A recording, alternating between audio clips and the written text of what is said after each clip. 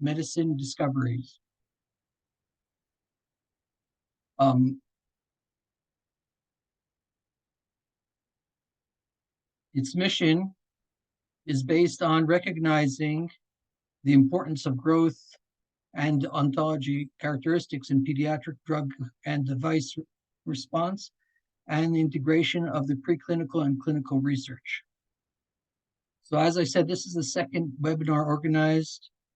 This is the second webinar organized with the one-year educational program set by EPTRI Paediatric Medical Device Platform. And we'll go right ahead to our first speaker. And I'll stop sharing my screen for now. Our first speaker is Professor Ivan Phelan. Ivan is the director of the Impact VR Lab at Sheffield Hallam University, UK, who is pioneering virtual reality solutions in healthcare, have supported a range of unmet needs. Ivan will showcase compelling evidence of how virtual gaming experience can significantly influence and improve real-world motor skills and performance among young patients. Ivan, please. Thanks very much for having me here for today's talk. I'd like to talk a little bit about some of the work that we do at Impact VR Research Labs. It's wide-ranging. We've done some work around helping amputees learn how to use a prosthetic arm, to pain distraction for like things like burns. We've also been working on upper limb, lower limb rehabilitation systems for children. Along with that, we've been looking at other areas like dysphagia, so for swallowing after stroke. And we're currently in the middle of a project for Duchenne's muscular dystrophy and another one with social anxiety for children, more bespoke systems. But it's a very broad range of stuff that we're working on, and it's kind of just shows the potential in immersive technologies, which for healthcare, it can be, you know, wide ranging. So just for anyone, I'm guessing most people know VR headsets and what they entail, but for anybody that's coming onto this and hasn't used one of these, I'd highly recommend trying one just to see what it's really like. It's very different from what it was years ago. You don't really have the same kind of problems that the hardware had back a few years ago, where lag wasn't a big issue and, you know, making you feel a bit ill, very ill. But there's a real sense of depth and embodiment from these headsets, and it's really good for things like pain and for getting people like engaged and movement. So yeah, if you haven't tried one, I would highly recommend trying some of the newer technologies in VR. But moving on, for today's studies that I'd like to kind of speak about is around using VR for upper limb rehabilitation for children. And again, I'll be looking at some stuff with lower limb, but just to give you a bit of an idea of our process on how we create these systems and how things have went with them. But one of the unmet needs that we had from physios was patients not engaging with their rehabilitation, and, you know, it's requiring them to come back into clinic a lot and a lot of complications there. So they asked, could we do something where we could make a system that was engaging, you know, in VR? Like, is there anything that we could possibly do? So we went back and forth with the physios to understand the kind of movements that they required, and they showed us some of the, I suppose, the main movements, which was behind the back, off to the side, above the head. And it looked like, especially one behind the back, that they were going for an arrow from a quiver. So we kind of thought an archery game could potentially be a good fit for getting a wide range of movement, because you're getting that reaching back with the arrow, and you're also getting behind the back movement. So we putting together this prototype, and while we were making this, it was very important that we did play tests with kids in the age range we're looking for. So the physios came along to those as well, and they could find a lot of things that we were doing wrong and things that we need to improve upon. And they found lots of stuff that we really had to kind of course correct, because initially, like, we were doing things that the kids could cheat in order to get the movements that you know, would have meant that they were getting away without doing their exercise. So that was one thing. Another thing was to show us this tiger claw movement, and it looked like they were climbing a tower. So we decided with the archery again, why not make a climbing game, because you're getting that overhead movement, and climbing in VR, especially when we're doing this quite earlier on, it was a good way of getting the player to traverse a space without feeling nausea. So it was another one of those systems that we created and play tested. The kids really liked this one. Like, even though this was more unfinished than the archery one, they found this very engaging, very exciting, and they loved the sense of climbing up this tower and progressing through it.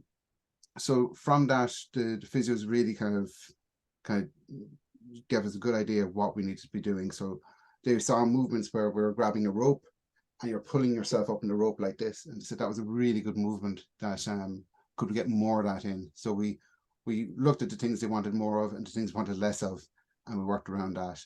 But also, like, a lot of the team are grown adults, so our arm span was incorrect. So we thought, even though we made the movements for grabbing the, say, like the bricks and this a lot shorter, they still weren't short enough. And it wasn't until doing those play tests and actually seeing the kids use them that these things really came to the forefront. And it would have been a big disaster if we went with the system, say, to the clinical stage at that, without looking at addressing those complications. So just to show how things went for the first version of this trial. Most of our kids have quite a long-term condition that they need to carry on doing their exercises for sometimes several years. So remember to keep that one held, so a tight grip on the one on your right. And they're doing the same things day in, day out. It gets really boring, no one wants to do it. Sometimes it's painful.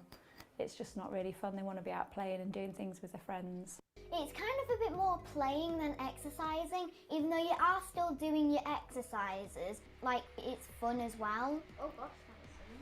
Do you need a break or anything like that? Is your arm tired or? No, it's fine. She didn't find it easy, whereas before she would have given things up very easily, but she wanted to keep going. She wanted to pop another balloon. Yes, got it. She wanted to reach that next thing, but she's just been an absolute trooper. She just has a smile on her face every day, so it kind of encourages me to be positive. There we go. We've had kids come in that can only get their arms up to here, and then they come in straight away and they're picking the arrows up and getting full range of movement and not even noticing. And then when we interview them after, they said that they didn't even notice any pain. So it's been a big shock to me how well actually it has worked to do what we needed it to do. So yeah, we were quite surprised at how effective it was. When we tried it with the patients, they were initially, like, before going into the VR, they were like, as you said, only able to go up to a certain level of movement. But then in the VR, they were like moving like they didn't have an injury. And then when they took off the headset, the parents were almost laughing, going, "You told me you couldn't do this." And basically the patient kind of going, "Okay, I guess I can." It's not as bad as I thought it was going to be. So it was very good to see that. But also we had like cases of some of the patients, like one in particular who was very badly burnt. He was not engaging at all with his rehabilitation. And he came in and he initially, like, from the physio was telling me, he wasn't eager to do his rehab at all. And he was almost kind of like apprehensive about doing part of the trial as well. But the physio was like, "I really think you should just give it a try and see what you think." So he tried it on, and within seconds he was just climbing up the top of the tower, just grinning from ear to ear. You wouldn't think there was anything wrong with the range of motion. And when he took it off, the physio asked, "So why are you doing it now, but when I ask you, you won't do it?" And I said, "Well, you just get me to sort of wave my arm around, whereas this is something that I want to do." He said, "If you had this here, this is something I would do my exercises." So it was really good to get that initial information from this trial to see that we were onto something with this. And the range of motion was after increasing with all the kids. But that was only one trial, and that was inside in the clinic. But really, where most of the rehabilitation takes place isn't it actually in the clinic, it's when they go home. That's where they're actually going to do most of their exercises. So around that time, we were working towards kind of figuring out what do we do next with this system. And there was a new headset coming out, was the Oculus Quest 1. and it seemed ideal for what we were trying to do, because you've probably seen from that video, there's big giant laptops and sensors, and it's just too much stuff when it comes to setting up in a clinic. It's just not feasible for the clinicians or for the patients to deal with all this. So this was ideal. It was very user friendly. It meant that the patients could put it on and could take it home with them. And this was all happening during COVID. So we thought, okay, let's port everything that we did on the PC version to this. But that was being very naive. We had to remake the whole thing because the system was very low powered. So it had to be optimized heavily. So we had to optimize the whole thing to make it work on it. So we recreated it as Luna's Light, and we added in the original levels that you saw earlier on, but a more stylized look. But we added in new movements, new environments, new mechanics. So before it was just archery, and then there was climbing.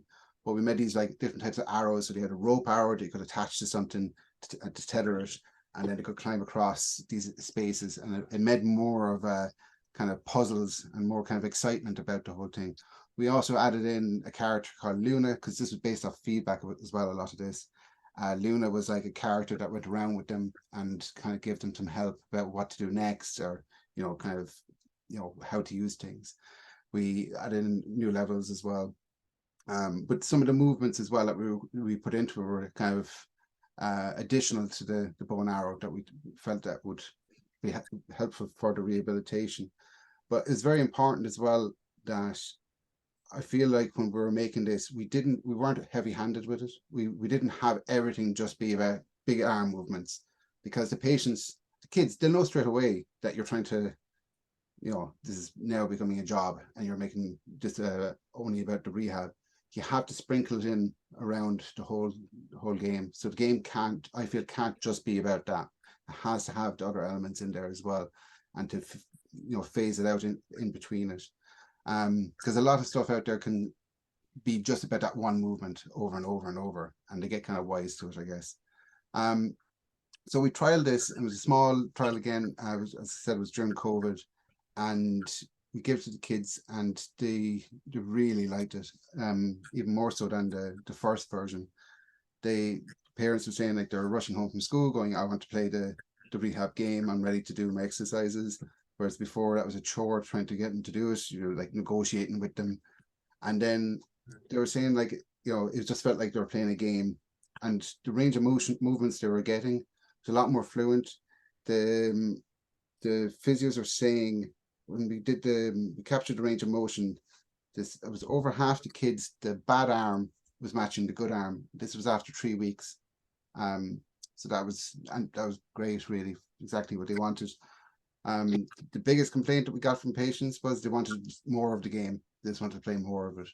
So, but I suppose we didn't need it to be this overly long game experience either, because once they knew they could get past that point, that was a lot of what we're trying to do. So it doesn't have to be this game that lasts for, like, you know, 10 hours type thing, the things that they're usually would be playing. It's gone on to win the last 2023's Games for Change Awards in New York. It got a best health game at that, and it's also being used at Stanford University Children's Hospital, and of course our partners, Sheffield Children's Hospital. So, and it's something that we're working on now to get to the next stage. So we're making a new version of it that's going to be like, this was a Quest 1 version, but we're updating everything on it, and we're adding new levels and a new kind of final mission thing in it. But we're going to add a lot more to bring it up to current specs, and we want to get it out to be available to be rolled out as a medical device in the near future. So just moving on from that, it's quite related to it, is around lower limb rehabilitation for kids after things like knee surgery. So when we first thought about this, it was after the upper limb rehabilitation system, just the final day. The occupational therapist said, upper limb is a big problem, but so is lower limb. And they showed me a lot of people waiting in the waiting area. So those are all lower limb coming back in to do a rehab. They have lots of problems. Is there something that we could do in that area as well, like to explore it? we kind of thought, okay, this is obviously very similar to what we were looking at with the upper limb. You know, same things again. It's painful engagement. How do we, you know, it's another big issue really. But the thing is, how do you make a VR system for walking? We had a lot of like, what can we do here? Because first of all, we can't track the legs easily with like the technology that comes like, you know, in the box. So we wanted to be obviously to be cost effective as well for patients and for the hospitals. So we don't really want to buy a lot of additional equipment. So we looked at making 3D prints for the holders for the controllers. So instead of having the controllers in your hand, as you normally would do, they would be attached to a holder that goes onto the leg. So then we'd be able to track where the leg is. So once we knew we could actually track the legs, the next thing was to kind of see, you know, what would that game be? And the more and more we looked at it, we're kind of thinking, this is going to be the most boring game ever because it's just like walking for 5 minutes. What could we possibly do? Like, and we're looking at like whack-a-mole, and I was going around with crutches with a headset on, trying to kind of feel like what would it be like to be that patient during those 5 minutes. So one of the people said, what if we give them like the legs of Iron Man, and like, you know, they made them feel like a superhero, really feel like empowered.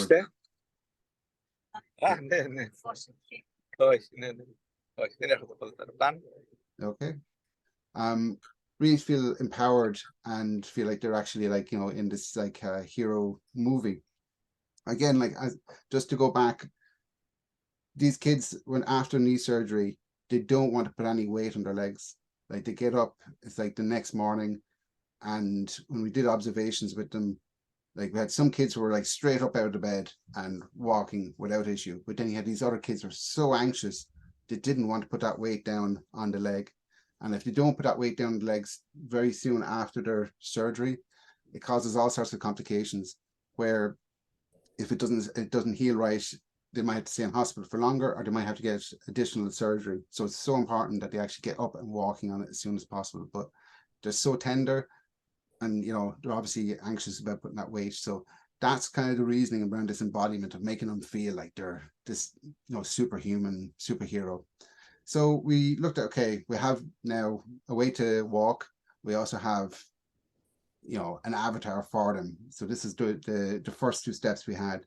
But that led on to things then like an alien invasion. And we kind of thought, okay, there's some interesting things we can do with that, like transformers and all this kind of stuff. So there's all these aliens attacking them, and you're this giant robot. But we wanted to make sure they were never looking back. They're always looking forward. So we had like this big monster that they had to fight really at the end of it. But as they're walking forward, we're constantly kind of putting something in front of them that's better than the last thing. So the first thing they get is quite interesting and it's engaging. The next thing is even better, and the next thing is they just know everything's going to be a stage up from the last thing. So this is the most bombastic 5 minutes we could make, and we just wanted them to look forward the whole way. So there's a quick video here that just gives an idea how that went at Sheffield Children's Hospital. So just keep walking down the road. Once you see those monsters, just try to aim at them. 12-year-old Noel is killing monsters and escaping spiders, all within the confines of a corridor at Sheffield Children's Hospital. It hurts a bit. He has a rare condition, a venous malformation in his right leg. It means constant operations to help him walk. And after those surgeries, he needs a lot of physiotherapy. Tell me when it gets really tight. There. But using a VR headset to play a game has made that physiotherapy so much more pleasant. You have to walk through a street, like you just have to shoot monsters by looking at them, and at the end you get to fight a big monster with these yellow targets, and if you get all the yellow targets you'll be able to win the game. Do you forget that you're actually walking? I don't realise how far I'm walking because I'm so concentrated on the game with my score. It's been a massive difference for me because, I mean, the anxiety of knowing that your child's going to be having a lot of pain trying to get out of bed initially, and then trying to get him to actually do a few more steps and, you know, pushing. And it's been nice having him look forward to something, because generally he dreads the physio sessions after an operation, but mention of the VR, he was waking up excited, looking forward to his next session. And just let me know if it's blurry or clear. The virtual reality game is used for children who've undergone lower limb and knee surgery to help overcome the discomfort of traditional physio. Noel has been one of the first patients to try it, and it helps him get back to being able to enjoy activities he loves, like being the goalie in games of football. So it went well. This study, it's the first study of it that was done. The kids didn't realize how far they walked. Anxiety was down at like a considerable amount, and they weren't noticing the pain while doing it. They were just focused on going forward. And things I was a bit worried about myself was would the gait be good? Would they be walking in a natural way? Because we put a lot of things in there to try and encourage that. But when I spoke to the physios, they said, yeah, the gait was spot on. They said that we were trying to make sense of it, and because they weren't looking at their legs, they weren't looking at the ground, they were looking forward. So it feels like it was more about they weren't thinking about walking, they were just doing it. So that's why things weren't as, I suppose, didn't have as much issue with gait. But also safety was another thing that was a concern. But there was always going to be a physio at both sides of them. So it was something that I was concerned about. It's something I think in the future that we're going to look at making, well, we are looking at making a mixed reality version of this. So there's a little bit more of that, they can see a bit of the real world. So it's not entirely, if there's the physio is not watching them at all times, they still have a bit of an idea what's happening. So that's something that we're working on. But there's a lot of feedback we got from it. Things like where the controllers were on the legs, that needs more comfort, but we're looking at a way to get rid of the controllers altogether. So it will be, you won't even need that. You won't even, because at the moment you don't need any controllers either. We've done all kind of clever systems to allow them to play the game by just looking at them. So there's a lot of stuff happening by just eye gaze alone. But yeah, the kids didn't realize how far they walked, which is exactly what we wanted to do. So we wanted to give them that confidence that this is something they can do. So even without the VR, they can go, look, I did it before in the VR. I'm able to do this.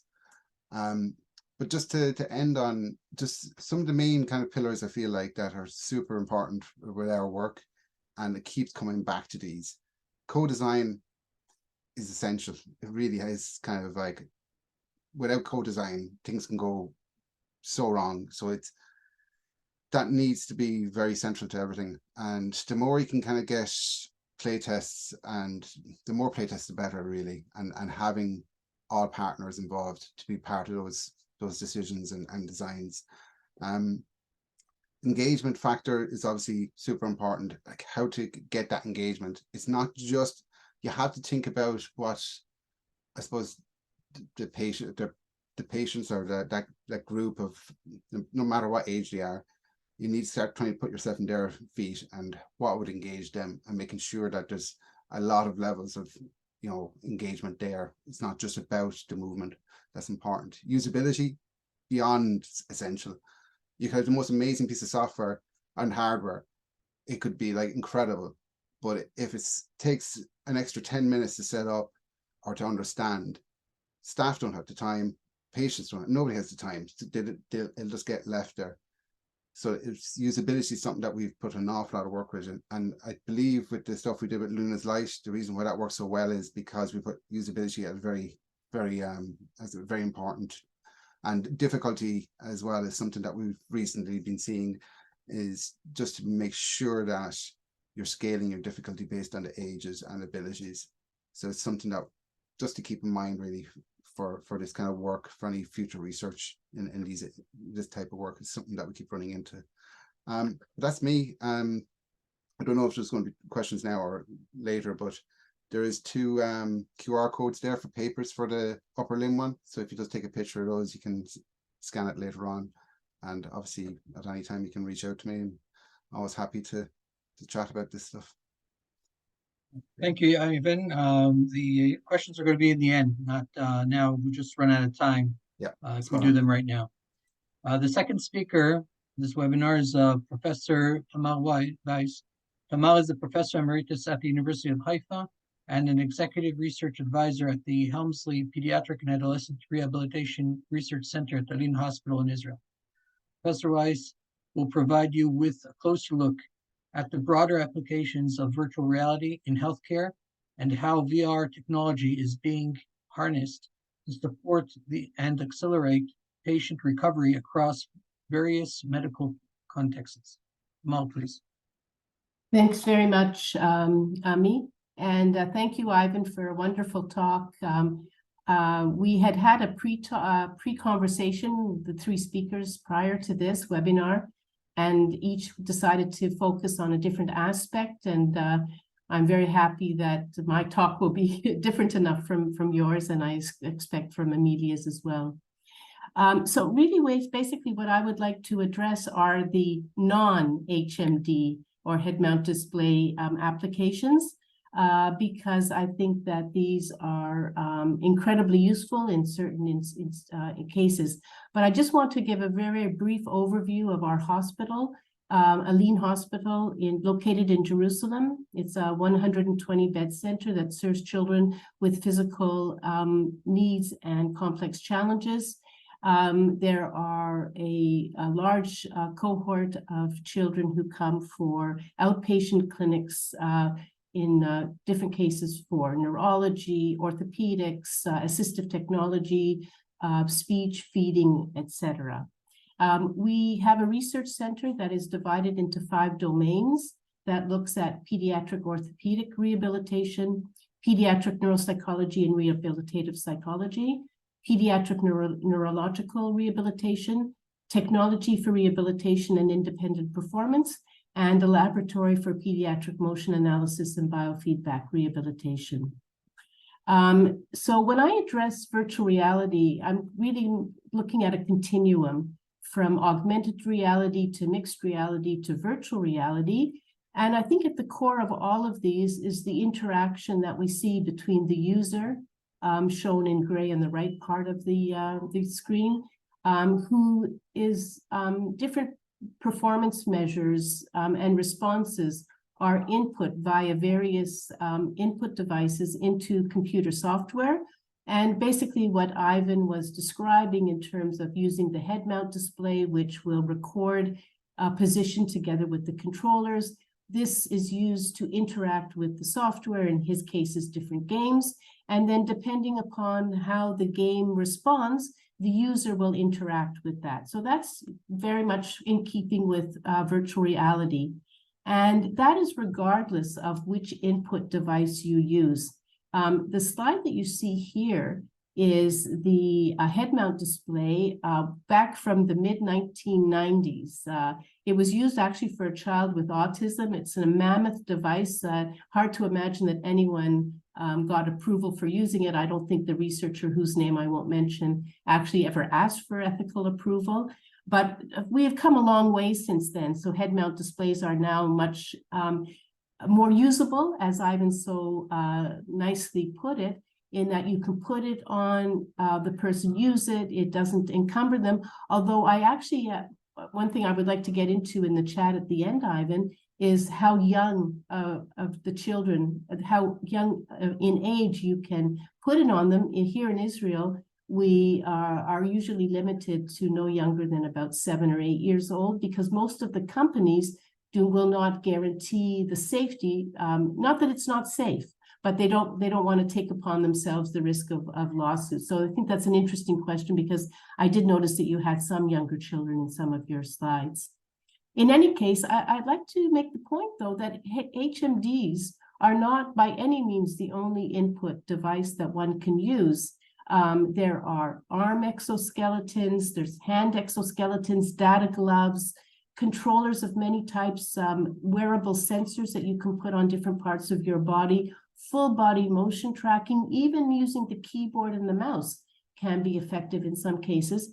But the focus that I'm going to take today is on camera tracking, because we've been looking at this in my lab in the University of Haifa and many, many different locations around the world, where basically the person is facing in the past, the 2D camera, nowadays more often a 3D camera, which will track the movements of the head and the body without any markers on them. So a markerless camera tracking device that's really what I'm going to focus on.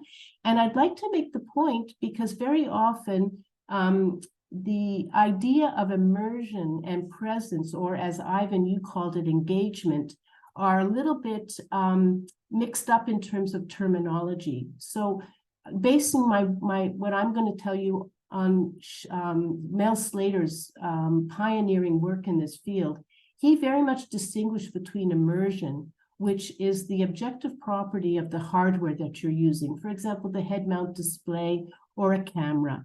And you can have higher or lower immersion to the extent to which a VR system can support a natural sensory motor contingency for perception. So this is based on the hardware itself. That does not necessarily impact upon your sense of virtual presence or engagement. In other words, when you're looking to have virtual presence, which in my opinion, and from my experience in both reading the literature and in my own work, what basically we're aiming to do is to look for a sense of presence as if you're behaving in the virtual world like you would in the regular world. So you want to achieve a presence of an illusion of being there, even though no one is fooled. No one wearing a head mount display will think all of a sudden they're the Avenger, right? Or the different characters that you have in your software, Ivan. It's basically a perceptual, not a cognitive illusion. And what we're counting on is that the body is going to respond in their physiology and in their behavior before they're aware that they've been fooled. And I use fooled not in a negative sense. Basically, everybody wants to cooperate to achieve that illusion of presence. And the reason that we want to achieve it is because it's been demonstrated in multiple studies that if you have increased motivation and a deeper emotional response and improved importance, all via an increased sense of virtual presence, which you can get with a highly immersive system such as an HMD, or with what's typically called to be a low immersive system, such as a desktop display or a camera tracking display, as long as you have an immediacy of interaction. That is, when you do something, the software is responding in real time. If you start to have delays, then that will ruin that sense of virtual presence. That as much as possible to have multimodal feedback. Now, typically in virtual reality, we have vision and we have auditory feedback. We typically do not have haptic feedback, which is a big negative on the side of virtual reality, although there are more and more systems that will promote haptic feedback nowadays. But even more important than all of those is that you have meaning and relevance to the user. And again, I think this is one of the reasons why the children were so positive in many of the games that you were talking about, Ivan, because they could really relate to those types of interactions with monsters and challenges, etc. And so I'm not trying to say that an HMD is not an important tool. I'm particularly impressed with the fact that you can put on the HMD and the child can walk down the corridors and you can track what's happening and give him a really full experience. But typically, you want to use an HMD when distraction is a problem. That is, you're afraid that the child is going to be distracted by other things going on in his surroundings. Or you really want to isolate him to focus specifically on what he needs to achieve, such in a lot of different addiction types of applications, or when you feel pain, or specifically when you need to have head movement control, because that the HMD will give very, very specifically. So I'm not putting down an HMD by any means. I'm just trying to promote the fact that you can have achieve virtual presence in a very effective way and achieve many, many goals of rehabilitation. So these are some of the ones that we work with on a daily basis. We want to give task-specific practice to the people that we're working with. We want it to be high intensity and repetitive. We want to be able to grade the activities so that they are demanding, challenging, but yet still feasible, that they will be varied, meaningful, and purposeful within environmental contexts. and that they will work towards increasing patient empowerment and participation. And again, from Ivan's work, we saw that very clearly, that the child came home and he demanded to have his exercises because he viewed that as being a pleasurable activity to do. So these principles, and I've just given a few authors here, are very well accepted in rehabilitation, and each and every one of them can be achieved using virtual reality, provided that we, adhere to these principles when we're designing the games. So I just want to show you some of the older examples. But before that, so look at this video here. I'm just going to silence it. So here is a child who's working on upper extremity activities to improve his range of motion at his shoulder as well as balance. And he's doing that without virtual reality. So in actually the cases of children, it's often relatively easy, let's say, put it that way, to activate them in game-like situations because he likes to play that game. With adults, it's much more of a challenge because very typically we don't like to play the kind of games that would be useful to be broken down in a therapeutic context. But if you look now at a couple of really old systems, so I'm talking about things like the iToy and the PlayStation. If you look here, I'm just going to lower the sound again. So here a child is using a very old system with the therapist, it's a physical therapist behind her and behind the child. And she is handling and giving him the useful feedback while he's doing a very simple game. This was so old that it was really even in 2D, but he was able to have a fully immersed, or I should say a fully virtual presence type of experience, even though the system was quite old. And I also want to point out that sometimes it's really up to the therapist to do a modification of an old system.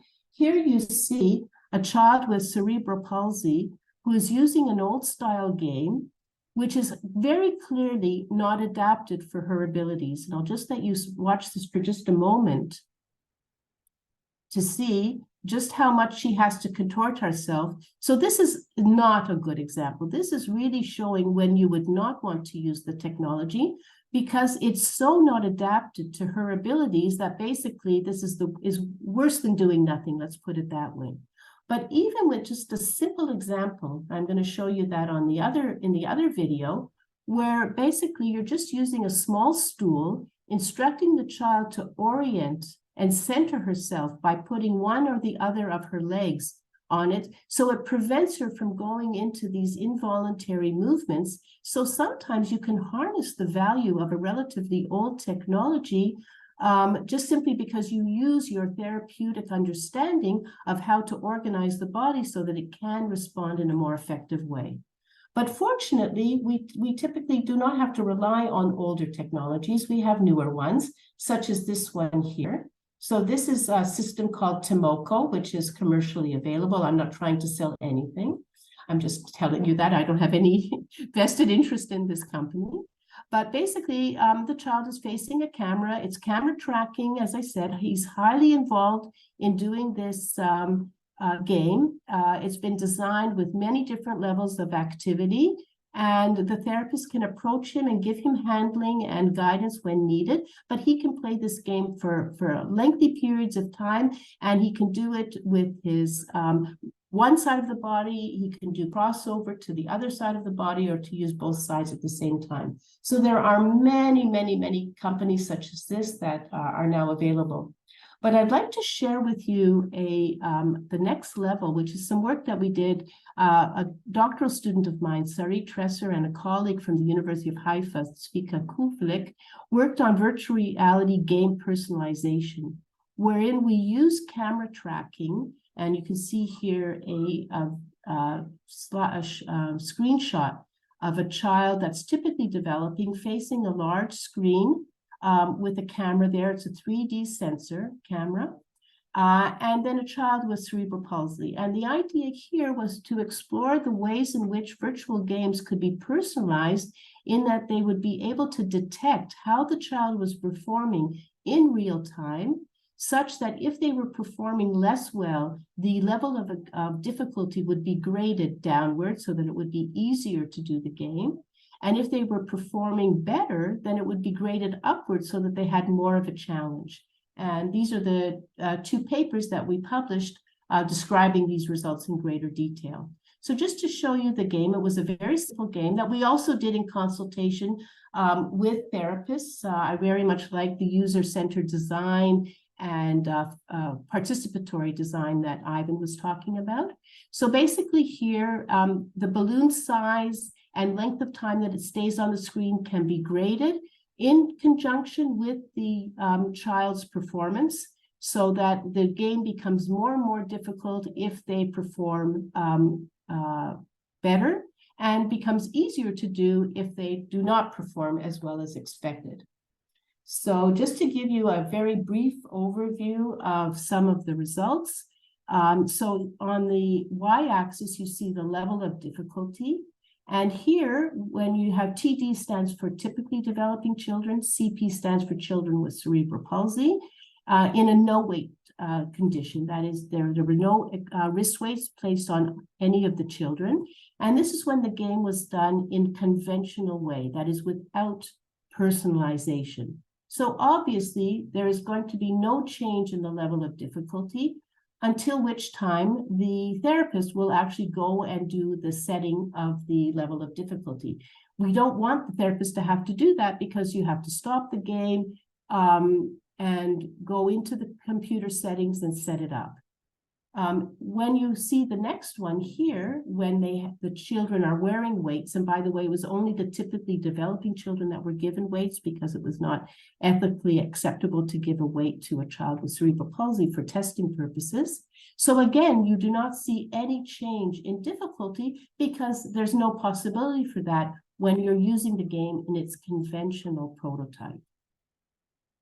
However, if you now look at the changes in level of difficulty when a typically developing child is not wearing weights, then you can see that over time, so this is a 100-second period of time when they're doing the game will gradually respond to the child's ability to perform better and better.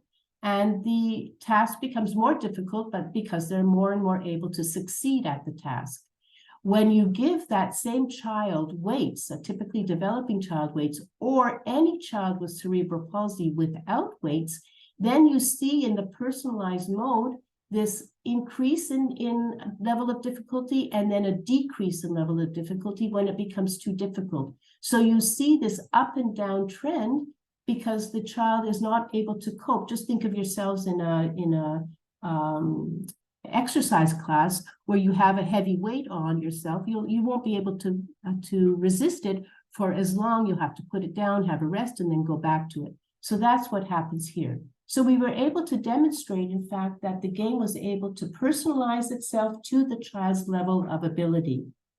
And what was really gratifying is that we saw that the perceived effort was comparable in the two different settings, but yet nevertheless, they enjoyed it as well. In other words, the fact of having a task become more difficult, as long as it was suited to your abilities, meant that you did not lose out in your enjoyment of doing the activity. And this is a very key point. We also were able to look at the kinematics of the trajectories of the children while they were doing the game. It was quite variable, which we expect, especially in children with cerebral palsy.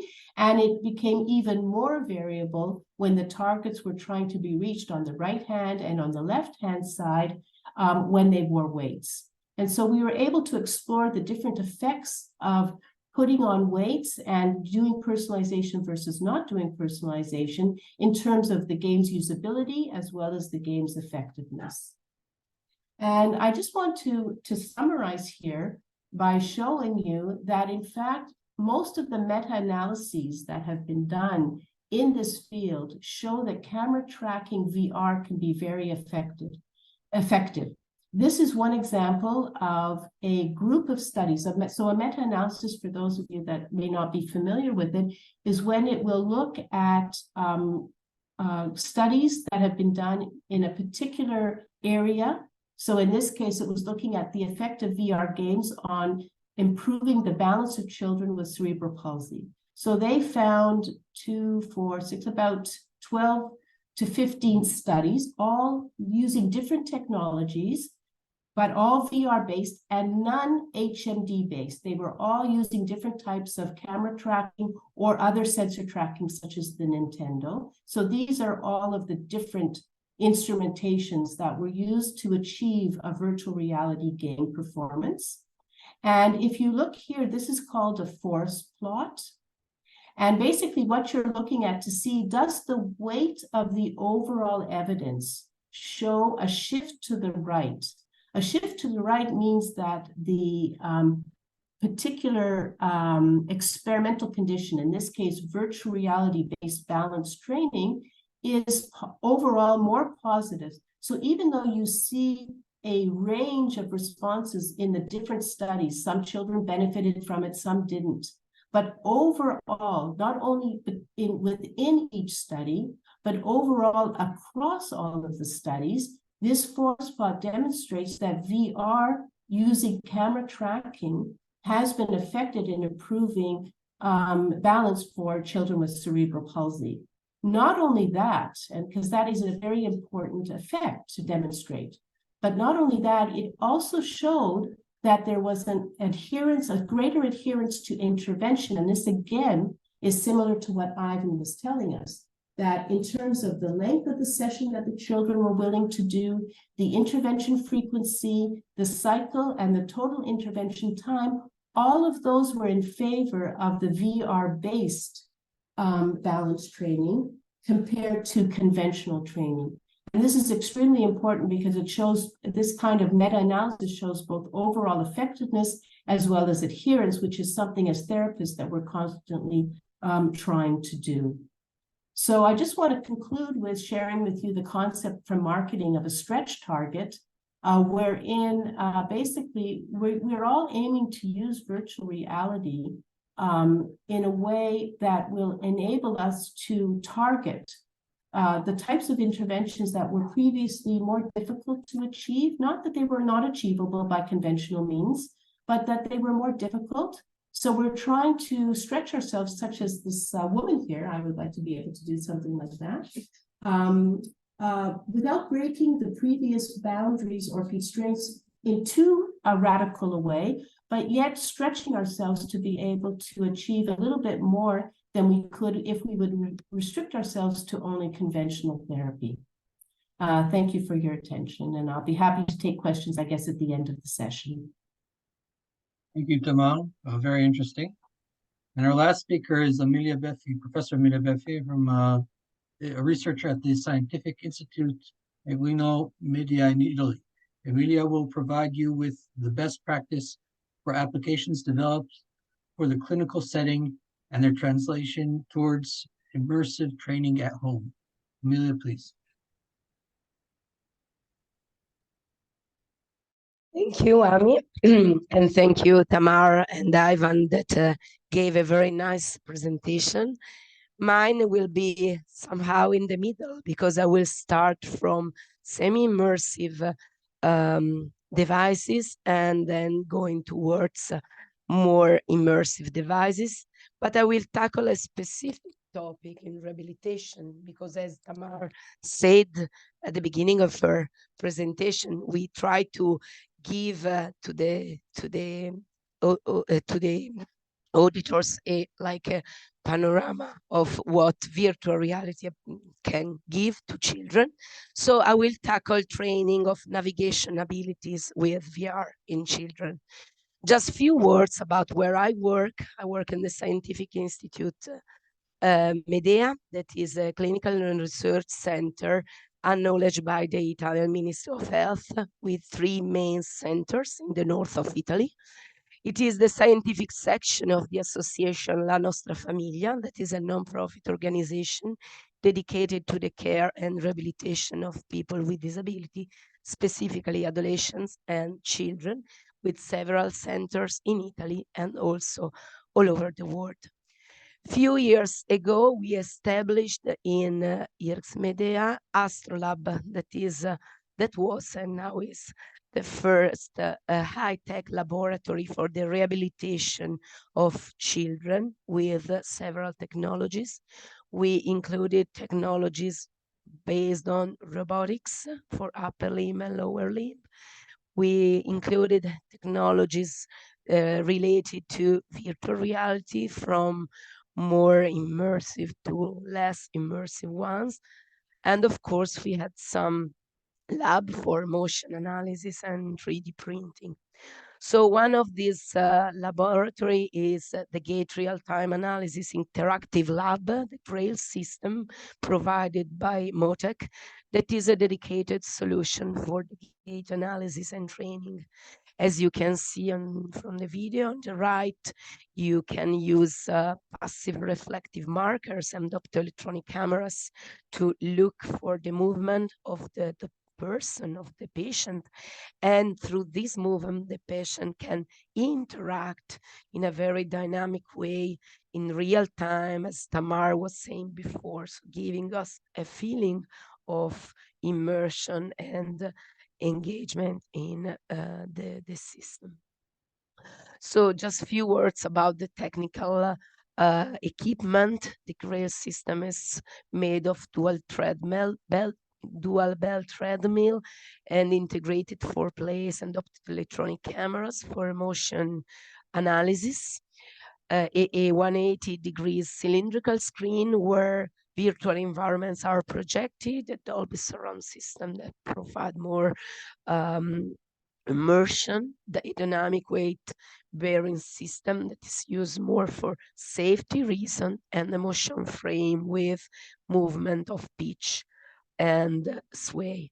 And the most interesting thing, at least for the presentation I'm giving today, is the software that is very open and can support the development of new application that also in our case were co-designed with physiotherapists and psychologists, because as Tamar and Ivan underlined, this is a key point in the development of VR for children, and not only for children. So the topic of my presentation today is dedicated to navigation abilities and their assessment and rehabilitation with the GRAIL system. And then I will give a short overview of navigation training with low-cost and portable devices, namely HMT. So what does it mean to navigate a space? It means to understand the sense of position while moving, to orient yourself, perceive the distances, plan the path to take to reach a specific direction, and also mentally map the position of objects, of landmarks in the space. As you can imagine, this is a key ability that sometimes is not well considered when tackling the rehabilitation of children with neuromotor impairments.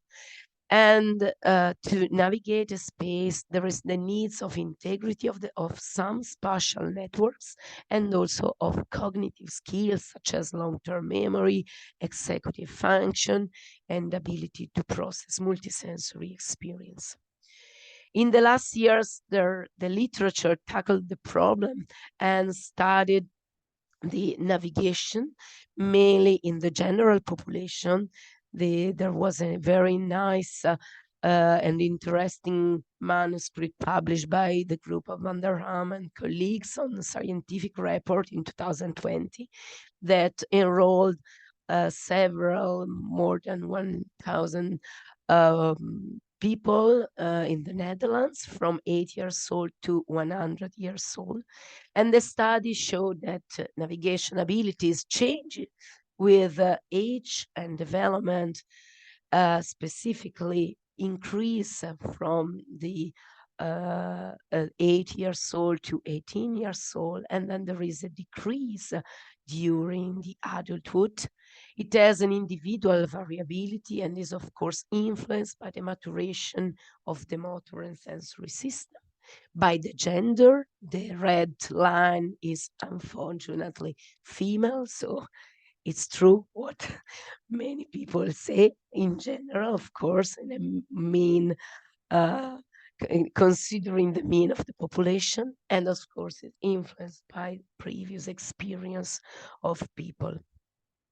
The navigation is mainly based on two strategies. One is the allocentric strategies that is based on landmark. So you move looking at visual cues at landmarks. You turn right at the bakery and left at the greenhouse. And the egocentric strategies that is more based on the self. So you move right and then you move left after 100 feet. Usually adults use the allocentric strategy when they move in a new place, while we use egocentric strategy when we move in a well-known environment. The efficient navigation integrates both strategies. So why we were so interested in navigation? Because as I say, it's a very interesting ability. And as I'm going to show you, it's impaired in a particular group of children, that are children with cerebral palsy.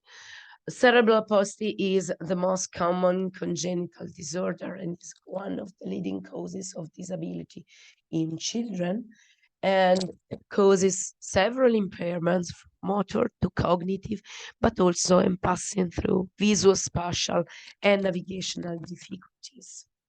So we started our research from a previous studies made on typically developing children from Igloy and Bullens that developed a computer-based star maze assessment to assess navigation in children. They use it to assess navigation through different ages. We use it to assess, we develop a new version and use it to compare navigation in children with cerebral palsy and in typically developing children. We decided to use the great technology because, of course, the movement recognition to markers and the possibility to move your body make the task more ecological and, of course, more immersive. So we designed a first version of the star maze with 5 streets that meet in the center, as you can see on the top. Each street is specifically characterized by landmarks that are different, but not explicitly different. And the task is to find a treasure that is located at the end of one of these streets. So the child is virtually located in this alley 1, and he or she has to do 16 trials to test that we use to test the learning. And he or she has to look for the treasure that is located in alley 3, as shown here on the left. But in the middle of these 16 trials, sometimes without that the child, while the child was not aware of this, we moved virtually the child in alley 4, and the task was the same: look for the treasure, but the child can find the treasure in alley 3 by using allocentric navigation, or in alley 1 by using egocentric navigation. So we use these 5 tests to assess spontaneous navigation strategy. This is a very short video of one testing, just to show you the environment. It was quite simple. I will show you later in improved version. But as Tamar said before, sometimes it's not the quality of the graphics that make the engagement in the task. And of course, I will show you the results of this assessment. But before, I want to show you briefly the application we designed to train navigation abilities, because of course this was our first aim, so to try to rehabilitate these abilities. And how can we do that? Of course, we can try to train the allocentric strategy that is based on explicit memory. And to do this, we designed for the GRAIL system 4 application, 2 on the left that were mainly devoted to visuospatial abilities. On the left top, the child has to save some animals in the order given here in the top, save from dinosaurs, and the animals are in the virtual space, and in the top left bottom, sorry, the child has to look and reach some geometric shapes that again are in a wide environment. In this case, it's a sea environment. And then we also design two labyrinth, so to navigate to application that we, as the therapists and the psychologists and the cognitive psychologists, thought that were able to provide navigation training. So the child has to move in these two labyrinths, and at the beginning using more landmarks that suggest where the child has to turn to look for the exit. And when the level increased without landmarks, the child has to navigate this space. So what we did first, we assessed the navigation ability in typically developing children and in children with CP, and we recruited 15 children with CP and 13 typically developing children. We made assessment with pen and pencil tests, particularly tackling visual spatial memory and planning ability and perceptual organization. And we also used the new VR assessment that we performed on the GRAIL system to assess how the children learn the way and the spontaneous strategy used. So our results show that children with cerebral palsy had both reduced visuospatial and planning ability and impaired perceptual organization as defined by pen and pencil tests. But interestingly, in terms of navigation and learning the way, both children with CP and typically developing children were able to learn how to reach the treasure, and they had a comparable performance. This is one of the parameters we extract from the GRAIL system. In red, you have children with cerebral palsy. In blue, typically developing children. These are the 16 trials, and you can see there is, of course, some variability, but both groups reached similar stable performance. However, the spontaneous strategy used was very different. So the allocentric strategy was used more in typically developing children in 54%, while the egocentric one was used more in the group of children with cerebral palsy in 53%. So this is very interesting, same performance, but different strategy to navigate. And our training was went towards these needs because children with CP needs to train the allocentric strategy, and therefore we performed a randomized control trial in which we had two groups, one that performed motor plus navigation training and one that performed only motor training. With the standard application that were available from the manufacturer for the same duration, 18 sessions. And what we observed is that both groups improved planning ability and perceptual organization after the training, but only the group that had motor plus navigation training changed the strategy and reached the 50% of use of allocentric strategy, so comparable to typically developing children. And now just to show you the very recent experience we are having with the tools that Ivan described in a wonderful way before. So we decided to move forward head-mounted display, not because they are better than semi-immersive virtual reality, as Tamar said, but because they allow to go to the home of the patient, or to go to small rehabilitative centers. The Grail lab is a very big lab and needs equipment and foreign personnel and so on. Of course, when we consider this kind of display, we have to take in consideration cyber sickness and user experience. So briefly, we redesigned the the star maze in Unity 3D and C# for head-mounted display. The task is the same, so we have 5 ways, and the subject had to look for the treasure.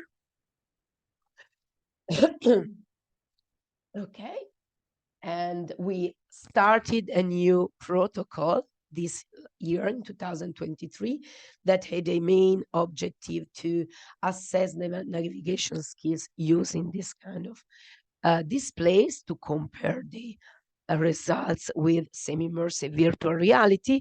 But the secondary objective was to investigate user experience, considering usability, tolerability, emotional well-being with structured questionnaire.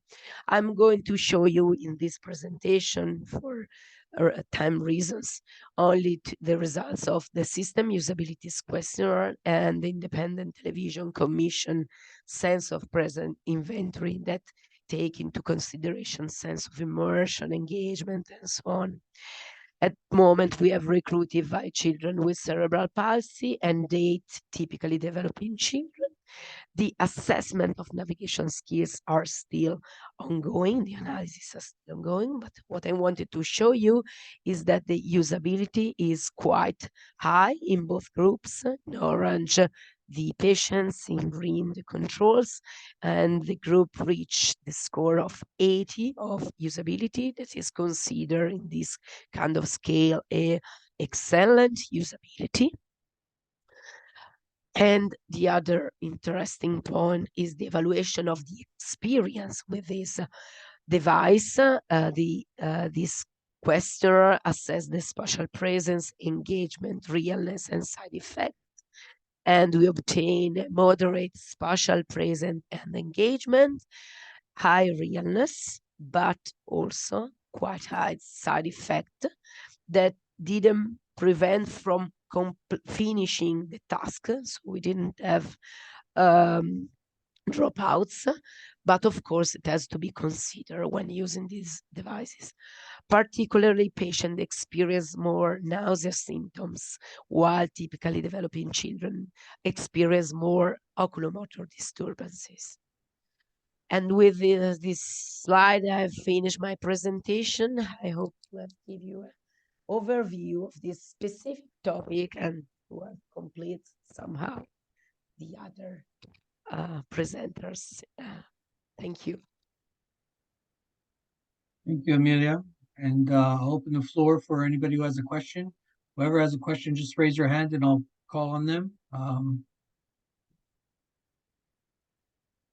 Don't all jump at once. Go ahead, Tamal. Yes. Hi, thanks, Amelia. It was really wonderful to hear you speak. Very interesting work. And of course, I mentioned that also to Ivan previously. I would like to address this issue about using wearable devices, especially the head mounts, for the younger children.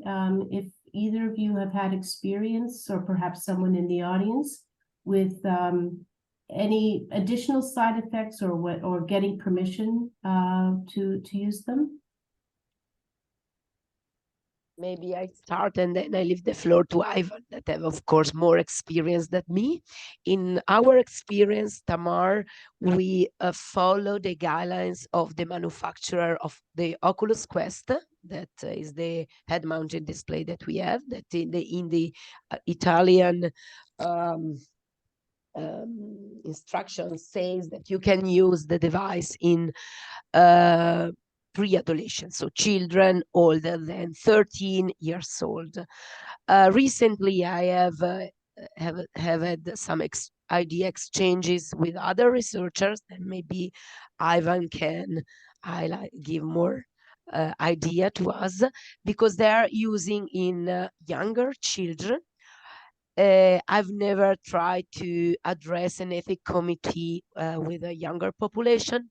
My aim in the next year is to try. So if Ivan has more information about this point, I'm also very interested in this part. Yeah, no, it's something that like we've been interested in, like, you know, because we do a lot of stuff with children.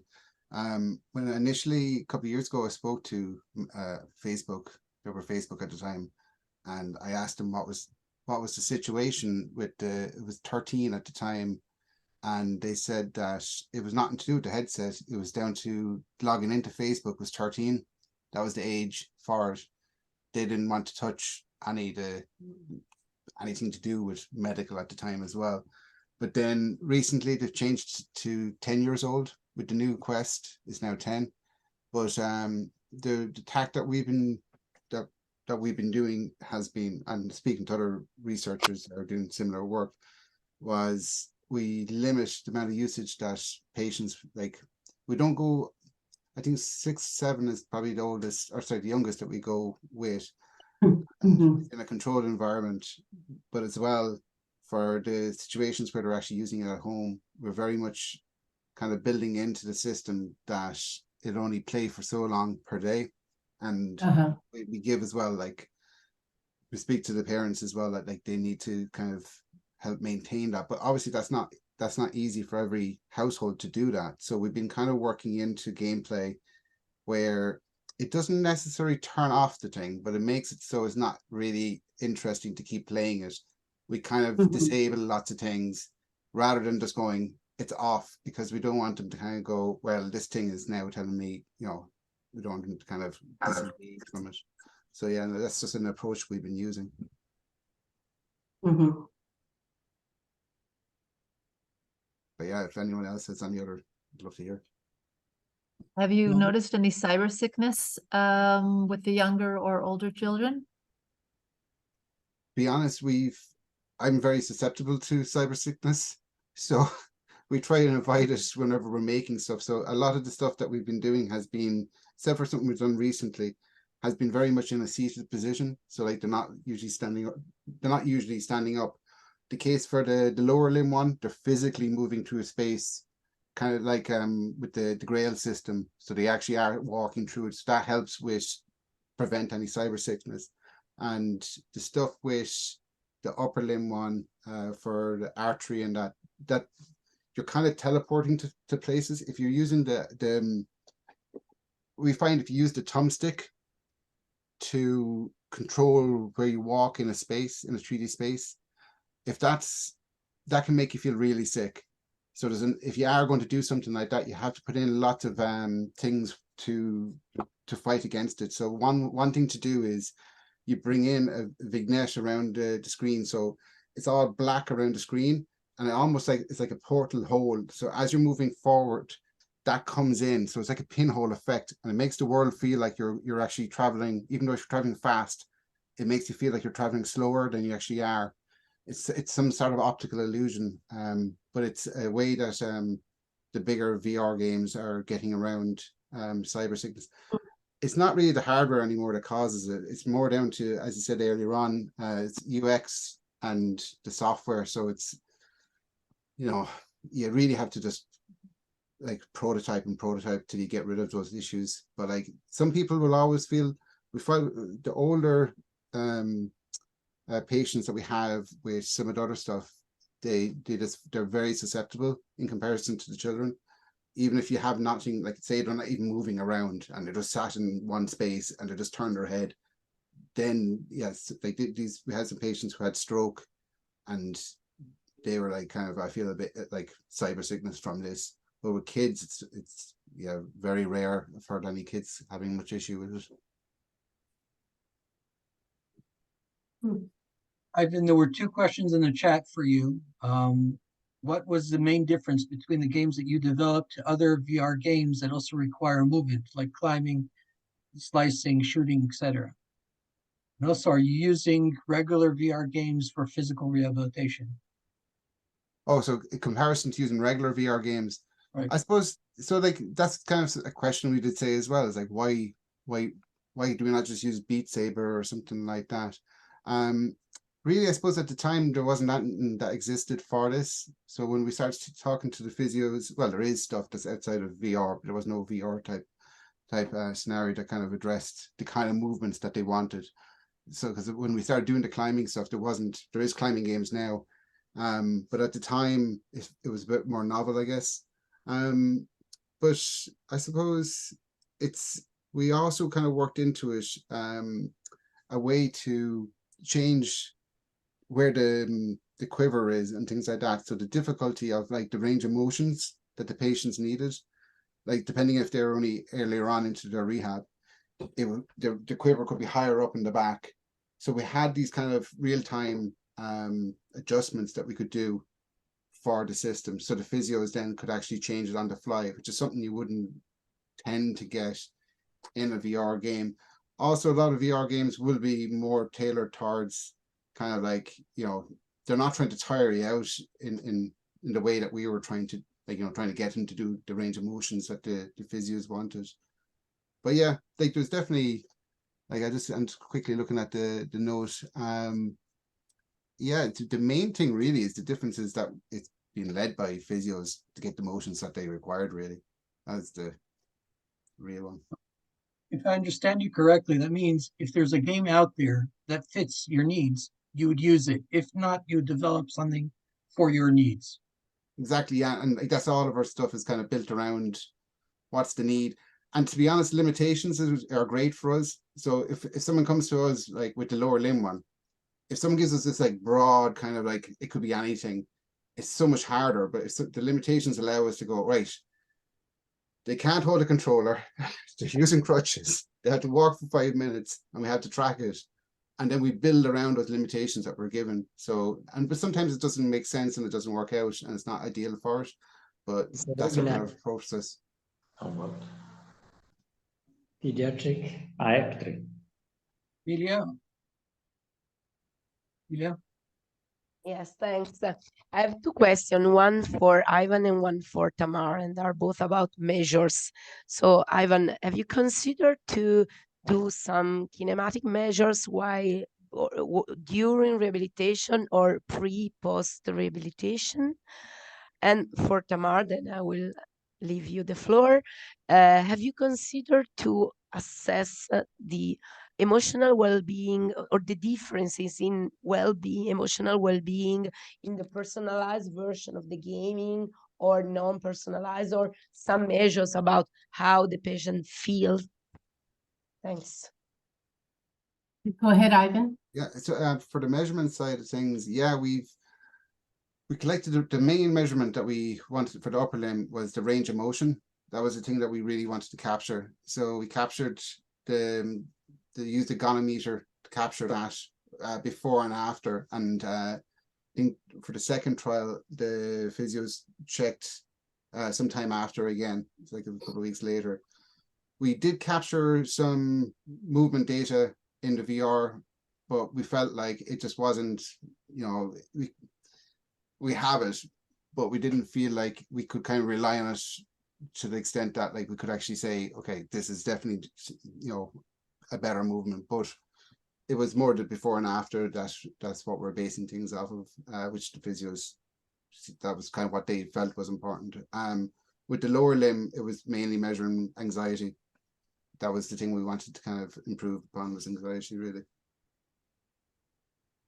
I don't think that I would have phrased it as emotional well-being, Emilia, so much, but more in terms of empowerment, more in terms of the fact that the child felt there was more sense of control. We have used the questionnaire called the IMI, the immersive, what's it stand for now? Nomi, do you recall? The intrinsic motivation. Oh, intrinsic motivation. Thank you. Inventory. Thank you. The intrinsic motivation inventory, which basically it's a usability scale, which has got a lot of usages. It's published, the results have been published in many, many journal articles, and it divides the people's responses. There's 22 items, and it's divided into 4 different categories, one of which is a sense of control. One is enjoyment, another is motivation, and another, and the third is the feeling of tension while doing a particular activity. And then the fourth is the sense of control over what they're doing. And we, I can't say that I've noticed a particular difference, but in general, whether they're doing a personalized game or they're just doing virtual games, overall, the children do enjoy it. I think I sense that from your results as well, Amelia, and certainly from Ivan's. And they certainly rate the idea of being empowered via the sense of control quite highly. We have not used the personalization software so far in a long enough intervention to really see its overall effect. It was really more demonstrating that it was in fact valid enough. But I think it's an excellent point to worry about. Thank you. Any other questions? And before I release you to your breakfast, lunch, or dinner, wherever you are in the world, I'll just mention that the next webinar that we have is on 9th of January, and its topic is robotics for child health. Thank you very much for participating. Thank you for having us. Thanks for having us. Good night, everybody. Well, for us, it's good night. Amazing talks, by the way.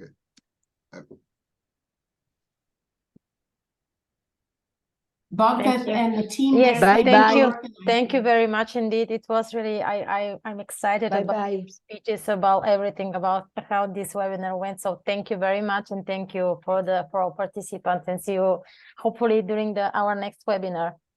So all the best. Bye-bye. Bye bye. Bye bye. Thank you very much.